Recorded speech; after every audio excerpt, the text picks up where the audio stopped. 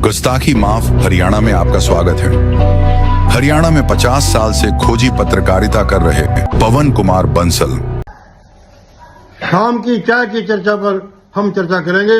गब्बर के नाम से मशहूर अनिल विज ने एक मिजाइल छोड़ दिया भाई, जिसका असर सीधे सीधे फॉर्मर सीएम और अब कैबिनेट मिनिस्टर मनोहर लाल पर होगा।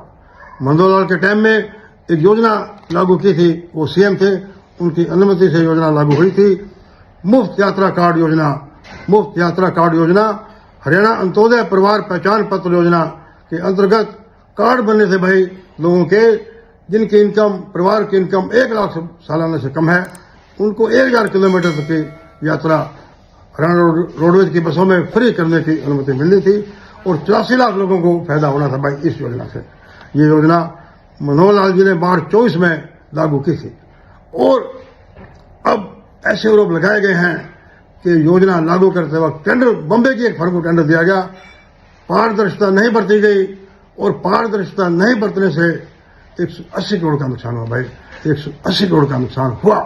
और तब जो एसीएस के ट्रांसपोर्ट अशोक खेमका जो रिटायर हो चुके हैं, उन्होंने फाइल पर इस बारे में इतराज भी उठाया था, लेकिन अशोक खेमका के इतराज को नजरअंदाज कर दिया गया भाई।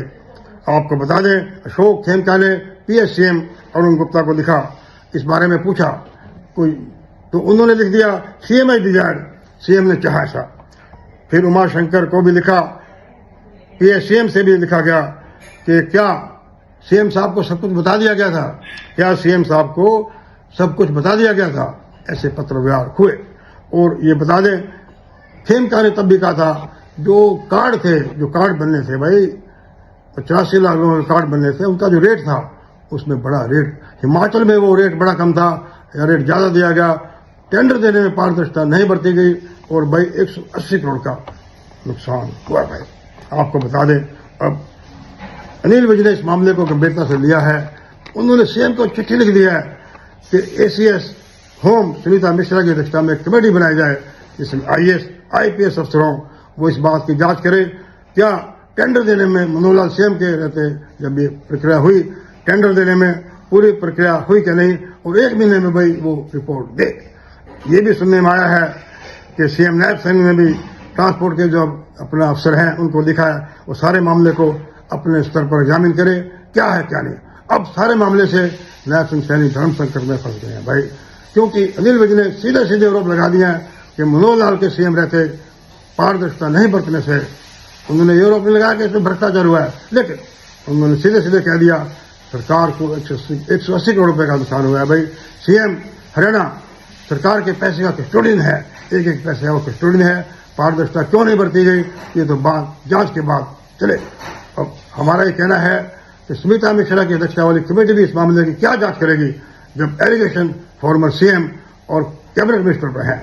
हमारा ये मानना है कि जीरो टॉलरेंस करप्शन का दावा मनोहर भी करते थे, मिस्टर क्लीन भी कहते थे, नायब सिंह सैनी भी कहते हैं करप्शन पर हमारी जीरो टॉलरेंस है। तो अनिल विज की जो मांग है, तुरंत इस मामले की सीबीआई जांच के लिए सौंप दिया जाए।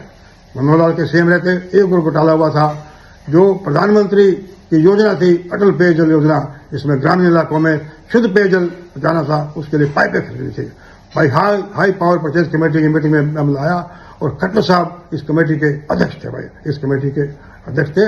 एक कंपनी थी, टेंटेड थी, वो शर्तें पूरी नहीं करती थी, इसलिए उनकी बिड उसमें हाई पावर परचेज कमेटी की मीटिंग में नहीं आई। करीब 1000 करोड़ के ऑर्डर देने थे, ये कहा गया कि ऑर्डर 100 करोड़ के दे दिए जाए ताकि अगली मीटिंग तक वो कंपनी अपनी पूरी शर्तें कर दे और वो भी बिड में शामिल हो सके।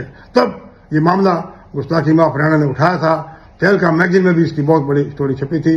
न्याय ये मांग करता है कि अनिल विज के जो मांग की है सुनीता मिश्रा की अध्यक्षता में जांच हो, उसका कुछ नहीं निकलना, तुरंत इस मामले की सीबीआई को जांच सौंप दी जाए। नमस्कार।